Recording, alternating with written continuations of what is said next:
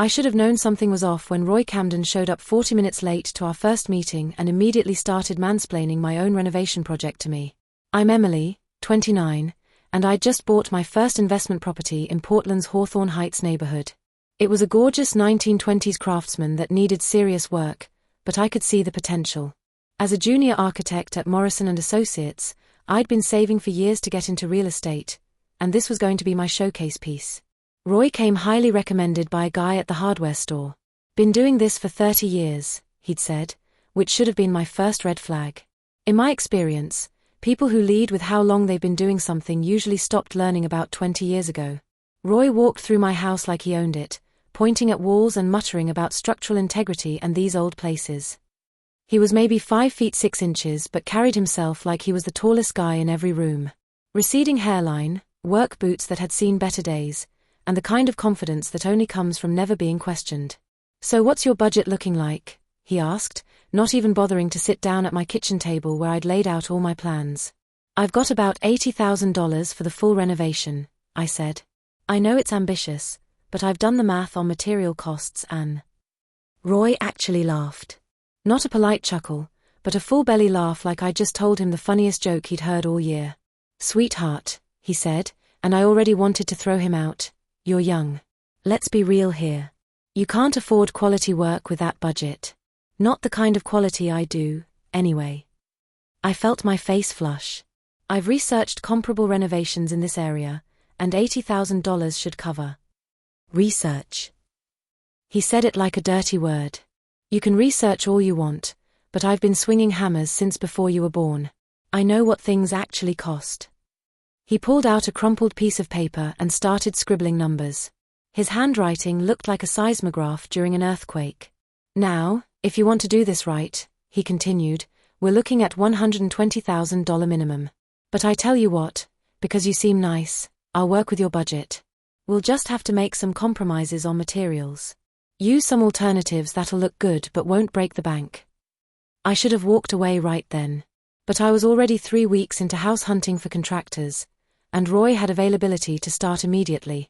Plus, my friend Lisa, who's a real estate agent, had been pushing me to just pick someone and get started. "What kind of alternatives?" I asked. "Leave that to me," Roy said with what I'm sure he thought was a reassuring smile. "You just focus on picking out paint colors and cabinet handles. Let the professionals handle the structural stuff." The condescension was so thick I could have cut it with a putty knife. But I needed to get this project moving, and Roy seemed confident about his timeline. "Okay," I said, "but I want to be involved in the process. I'd like to review material choices and check on progress regularly." Roy's smile got a little tighter. "Here's the thing, Emily. You hired me because I'm the expert, right? I've got a system that works, and it works because I don't have clients second-guessing every decision. Trust the process." Trust the process. I should have asked him what process, exactly, but hindsight is 20/20ths. We shook hands, and I signed his contract without reading it as carefully as I should have. Roy said he'd start the following Monday with demo work, and we'd go from there. The first week was fine. Roy and his crew, 2 guys who looked like they'd rather be anywhere else, showed up on time and started tearing out old fixtures and pulling up carpet. The house filled with dust and the sound of sledgehammers, but that's renovation for you. But by the second week, things started feeling weird. I'd show up after work to check on progress, and Roy would get this annoyed look whenever he saw me. Like I was interrupting something important by visiting my own property. "Everything looking good?" I'd ask. "Yep, right on schedule," he'd say, but he'd position himself between me and whatever his crew was working on. When I asked specific questions about the electrical work they were roughing in, Roy would wave me off. "Don't worry about that technical stuff. That's what you're paying me for. The thing is, I'm an architect. I might be junior level, but I know how buildings work. I understand electrical systems and plumbing and load-bearing walls." Roy kept treating me like I was some suburban mom who'd never held a screwdriver. 3 weeks in, I brought Lisa by to see the progress. Roy was in the kitchen directing his guys, and we could hear him from the front hallway. "Just use the 14-gauge wire throughout," he was saying. "She won't know the difference, and it's half the cost." Lisa and I looked at each other. Even she knew that kitchens require 12-gauge wire for major appliances. And skip the additional outlets in the bedroom. Code says you need one every 12 feet, but inspectors never measure that close. I felt my stomach drop. Roy wasn't just cutting corners, he was deliberately violating building codes to save money. We walked into the kitchen, and Roy immediately shifted gears, all smiles and professional demeanor. Ladies, how are we doing today? Emily, you're going to love how this kitchen turns out. I was just wondering about the electrical, I said as casually as I could. Are we running 12-gauge wire for the kitchen circuits? Roy's smile faltered for just a second. We're using the appropriate gauge for the application. Don't you worry about the technical details. But 12-gauge is required for kitchen appliances, right?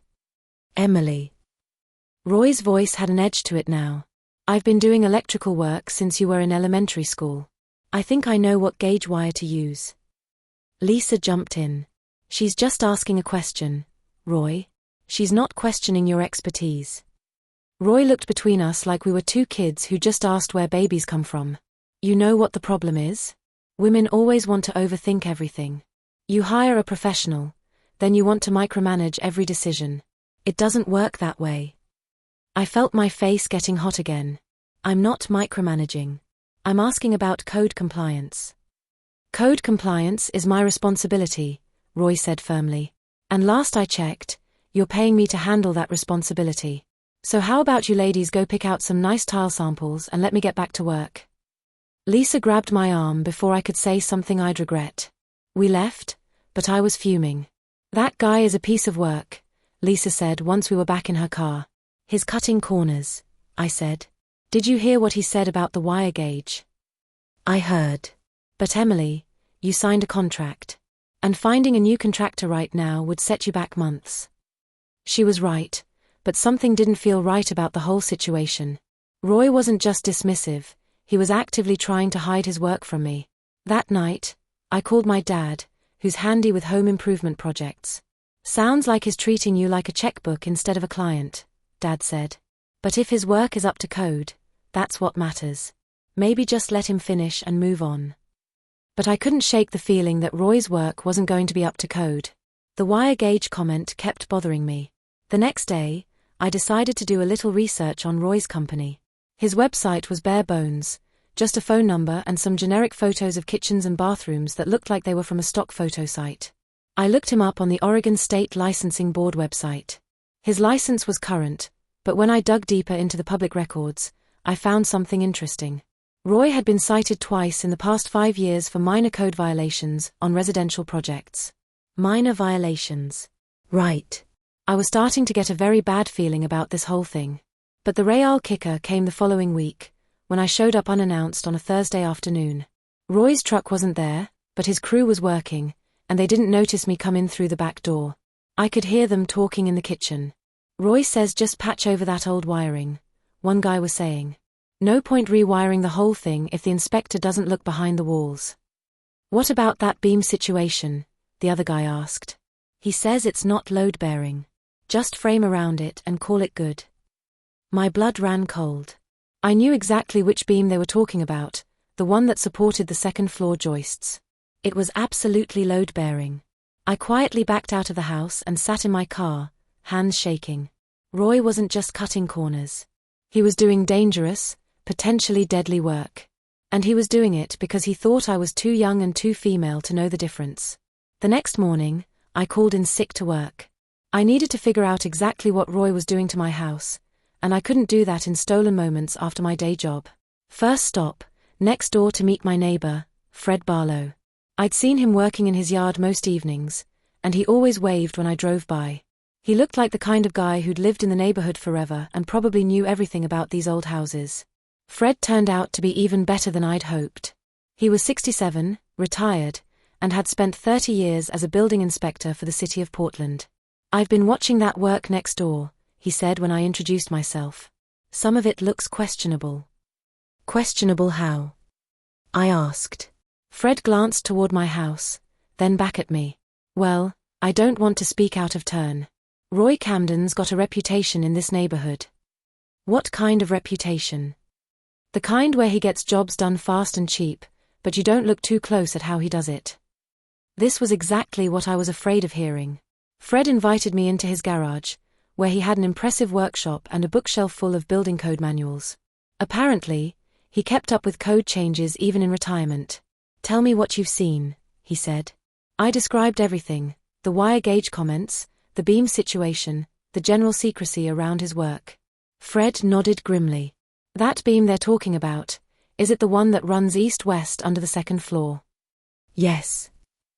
"Oh, that's definitely load-bearing. I inspected the house 3 doors down when they did a similar renovation. Same beam configuration. You start messing with that without proper reinforcement, you're looking at sagging floors at best, structural collapse at worst." My heart was pounding. What should I do? "Well," Fred said carefully, "you could bring it up with Roy directly." I tried that. He basically told me to stay in my lane. Fred was quiet for a moment. "Emily, can I ask you something? Do you really want this renovation done right, or do you just want it done?" "I want it done right." "Then you need to document everything. Every code violation, every corner cut, every safety hazard. Because if Roy's doing what I think he's doing, you're not just getting ripped off.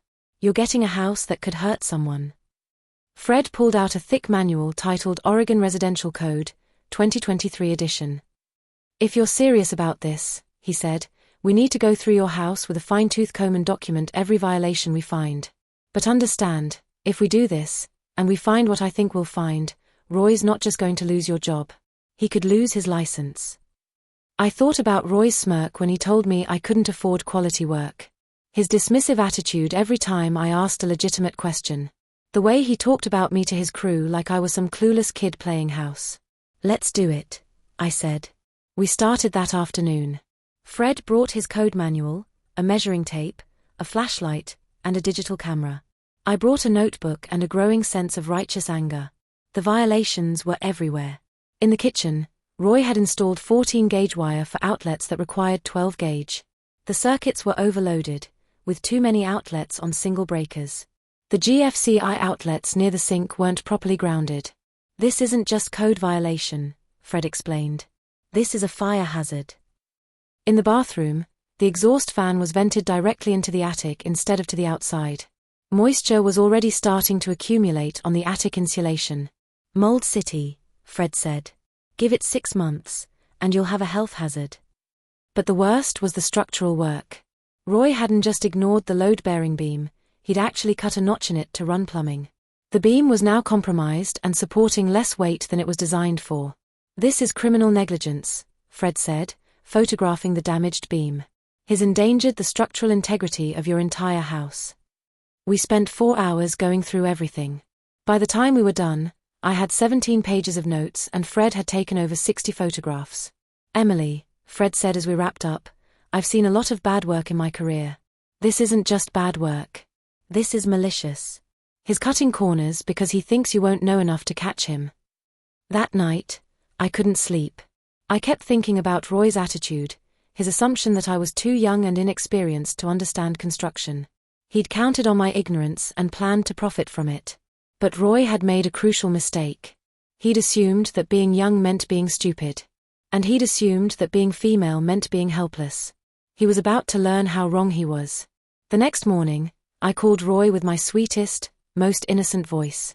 "Hey Roy, I was wondering when you're planning to install those premium fixtures we talked about." There was a pause. "Premium fixtures? You know, the ones you said we could upgrade to if we found savings in other areas? I've been looking at some beautiful pendant lights for the kitchen." "Oh, right. Yeah, we'll get to those. I'm still working on finding you the best deals." Roy had never mentioned premium fixtures. But now he was pretending like it was part of the plan, probably to keep me happy and uninvolved. "That's great," I said. "I'm so excited to see how everything comes together. You're doing such amazing work." I could practically hear Roy preening through the phone. "Well, you hired the best." Meanwhile, I was putting together what Fred called the documentation package. Every code violation, every safety hazard, every corner cut, all of it photographed, measured, and cross-referenced with the relevant building codes. Fred helped me organize everything into a professional report. Turns out, 30 years of writing inspection reports had given him a talent for clear, damning documentation. The key, Fred explained, is to present the facts without emotion. Let the violations speak for themselves. But I had another move to make first. Oregon requires building permits for major renovations, and Roy was supposed to have pulled permits for electrical, plumbing, and structural work. I called the Portland Building and Safety Department to check on our permit status. I don't see any permits filed for that address, the clerk told me. My stomach dropped. Are you sure? The contractor said he handled all the permit paperwork. I'm showing the last permit for that address was pulled in 2019 for a water heater replacement. Nothing for renovation work. So not only was Roy doing substandard work, he was doing it without permits. Which meant no inspections, no oversight, no safety checks. I asked the clerk about requesting an inspection for unpermitted work. Well, if work is being done without permits, we can send an inspector out for a complaint-based visit. But understand, if we find unpermitted work, we'll issue stop work orders and the property owner will be responsible for bringing everything up to code. What if I'm not the one doing the unpermitted work? Doesn't matter. It's your property, so ultimately you're responsible. But if a contractor is doing unpermitted work, that's a serious violation of their license terms. Perfect. I told the clerk I wanted to file a complaint about possible unpermitted work at my address. They scheduled an inspection for the following Tuesday, right when Roy's crew would be working. We'll need to give 24-hour notice to the property owner, the clerk said. That's fine, I said. But can I ask that you don't mention who filed the complaint? Sure. We'll just say it was reported by a concerned neighbor. Fred, technically, was a concerned neighbor. So that wasn't even a lie. Tuesday morning, I called Roy. Hey, I wanted to give you a heads up, I said, trying to sound worried. I got a call from the city saying they're sending an inspector out today. Something about a neighbor complaint. Roy went silent for a long moment. What kind of complaint? They didn't say exactly. Something about permits, I think. I told them you handled all the permit stuff, so it's probably just a misunderstanding. Yeah, Roy said, but his voice sounded tight. Probably just a misunderstanding. You did pull permits for the electrical and plumbing work, right? Another pause. Of course I did. Don't worry about it. I'll handle the inspector. But I could hear the panic in his voice. I took a long lunch that day and parked across the street from my house. I wanted to see Roy's reaction when the inspector showed up. Inspector Janet Torres arrived at 1:30 p.m. in a white city pickup truck. She was a no-nonsense woman in her 40s with a clipboard and a very serious expression. Roy met her at the front door, and I could see him gesturing and talking rapidly. Even from across the street, his body language screamed nervous. They disappeared into the house, and I waited. 20 minutes later, they came back outside, and Inspector Torres was shaking her head. She walked back to her truck and started writing what looked like a very long report. Roy stood in the doorway looking like someone had just told him his dog died. Inspector Torres posted something on the front door of my house, got in her truck, and drove away. Roy immediately pulled out his phone and made what looked like a very agitated call. I waited until Roy left before walking over to see what had been posted on my door. It was a stop work order. Work at this address must cease immediately due to the following violations. Electrical work performed without permits. Plumbing modifications without permits. Structural alterations without permits. Multiple code violations identified during inspection. Contractor license verification required. At the bottom, Inspector Torres had written, property owner must contact building and safety department before any work can resume. Contractor must provide proof of current licensing and pull proper permits for all work performed. My phone rang 5 minutes later. Emily. Roy's voice was strained. We need to talk. What happened with the inspector?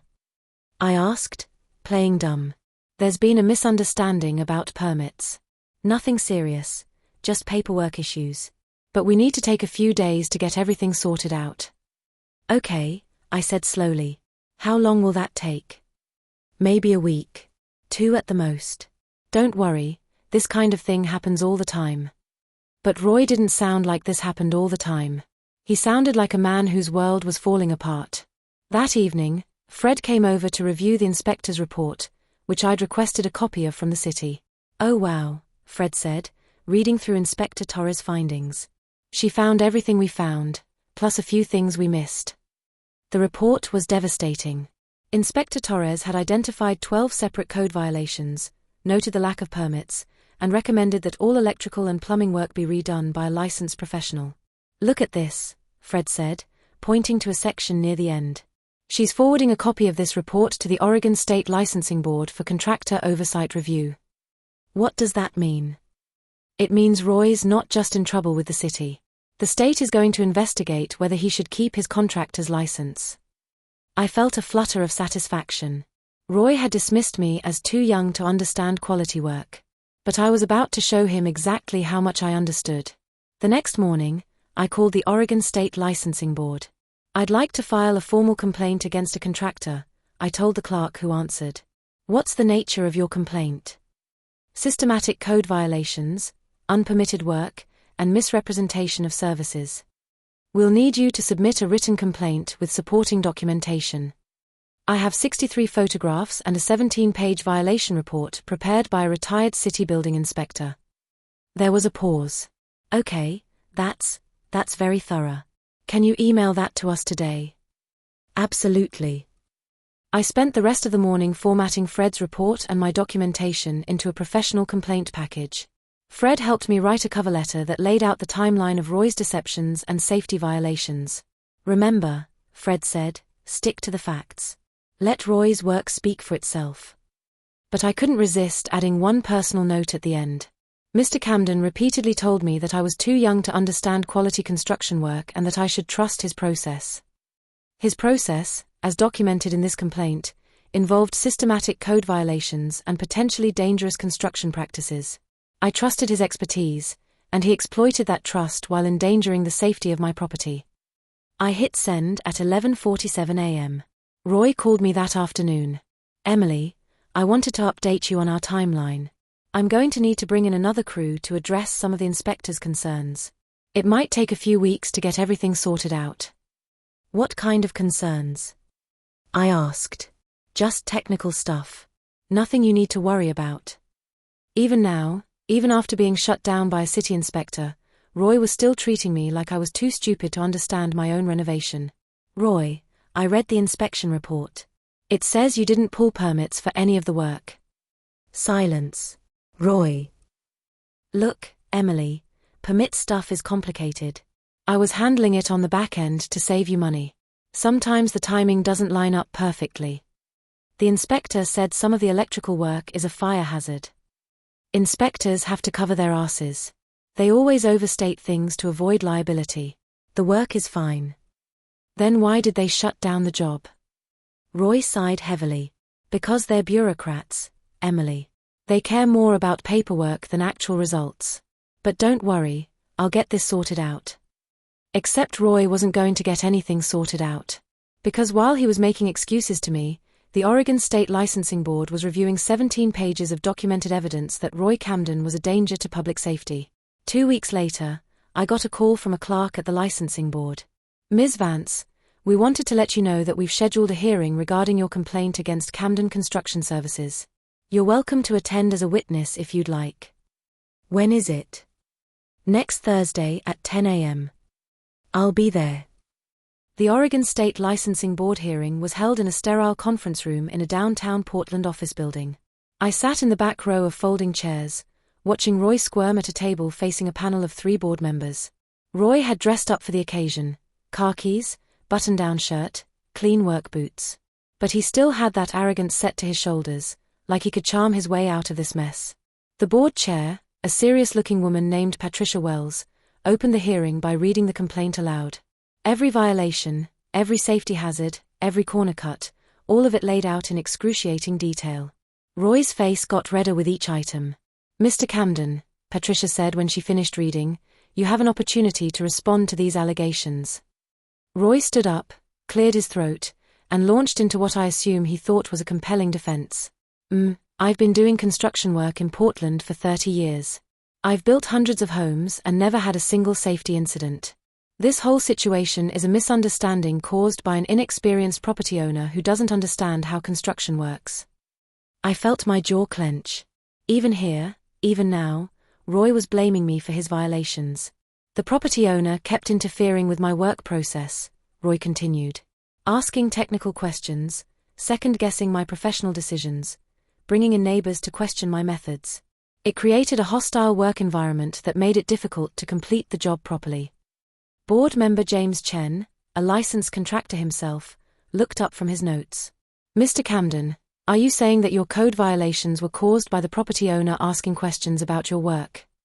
What I'm saying is that when you have someone constantly looking over your shoulder, questioning every decision, it's hard to focus on quality craftsmanship. And the unpermitted work? Patricia asked. Roy shifted uncomfortably. I was planning to pull permits after the work was completed. It's sometimes more efficient to do it that way, especially on smaller jobs. Mr. Camden, said the third board member, Maria Rodriguez, Oregon law requires permits to be pulled before work begins, not after completion. Are you familiar with that requirement? Well, yes, but... And you're aware that performing unpermitted work is a violation of your license terms? Yes, but in this case... There are no exceptions to permit requirements based on job size or efficiency preferences, Maria said firmly. Patricia looked down at the file in front of her.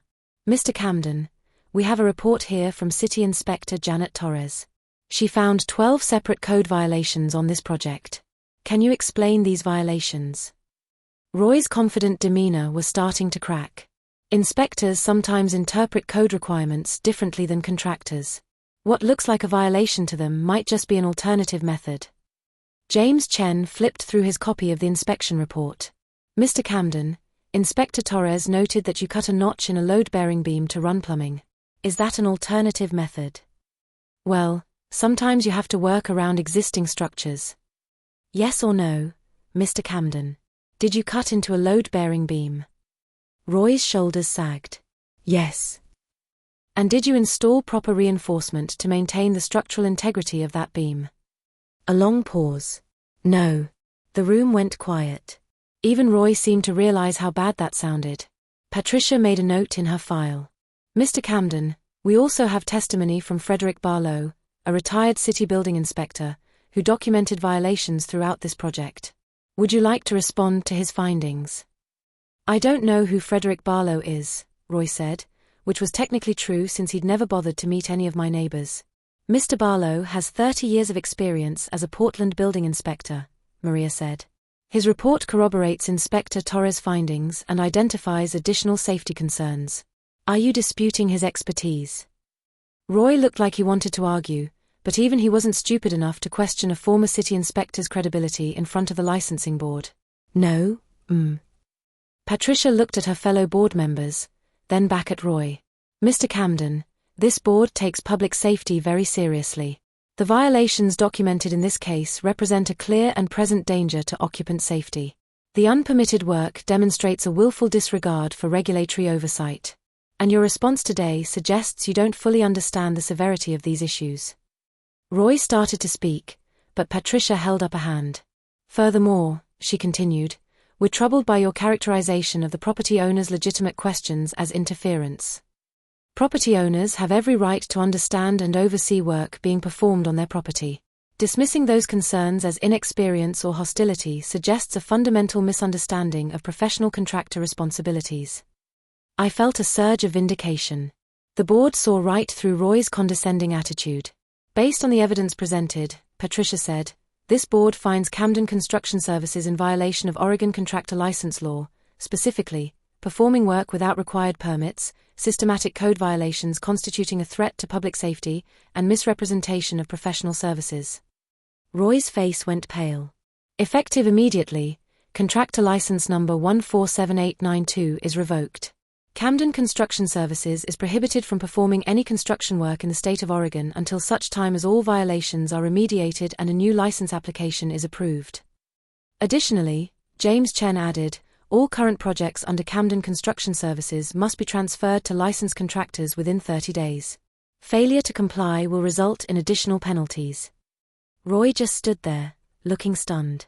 His 30-year career had just ended because he thought a 29-year-old woman was too young to know the difference between quality work and dangerous corner cutting. After the hearing, I walked out into the Portland sunshine feeling lighter than I had in months. Fred was waiting for me on the courthouse steps. "How'd it go?" he asked. "License revoked," I said. Fred grinned. "Good. Roy Camden's been a menace to this neighborhood for years. Someone needed to stop him before he hurt somebody. Now I just need to find a contractor to fix his mess." "Actually," Fred said, "I know a guy. Retired from my old inspection crew and started his own company. Does excellent work, pulls proper permits, treats his clients with respect. You know, the revolutionary concept of actually doing quality construction." 3 weeks later, Mike Peterson and his crew started the job of undoing Roy's work and doing my renovation properly. Mike was everything Roy wasn't: professional, communicative, and respectful. He explained every decision, welcomed my questions, and even complimented my architectural knowledge. "It's refreshing to work with a client who understands construction," Mike said. "Makes the whole process smoother." The renovation took 4 months instead of Roy's promised 6 weeks. But when it was done, I had a house that was not only beautiful but safe. Every system was up to code, properly permitted, and built to last. 6 months after the renovation was complete, Portland Modern Living magazine featured my house in their Rising Designers issue. The article called it a masterclass in respecting historic architecture while incorporating contemporary functionality. That article led to 3 new clients and a promotion at Morrison & Associates. I kept a framed copy of Roy's license revocation letter in my home office, right next to my Oregon architect license. Sometimes new clients would ask about it, and I'd tell them the story of the contractor who thought I was too young to understand quality work. The funny thing is, I'd always finish: "Roy was half right. I couldn't afford his version of quality work. Because his version of quality work would have burned down my house or killed someone." Roy, as it turned out, never reapplied for his contractor's license. Last I heard, he was working as a handyman, taking on small jobs that didn't require permits. His website disappeared, and Camden Construction Services became a cautionary tale in contractor circles. But the real satisfaction wasn't in Roy's downfall. It was in proving that being young doesn't mean being stupid, and being female doesn't mean being helpless. Roy had counted on my ignorance and planned to profit from it. Instead, he learned that underestimating people based on their age or gender is a dangerous game. Especially when those people know exactly what quality work actually looks like. And now, whenever a contractor tries to dismiss my questions or suggests I trust their process, I just smile and ask to see their license. Amazing how quickly attitudes change when they realize I'm the woman who ended Roy Camden's career. Quality work isn't about age or experience. It's about competence, integrity, and respect for safety. Roy had 30 years of experience, but he'd stopped learning 20 years ago. I had 1 year of real estate investing experience, but I never stopped asking questions. In the end, that made all the difference.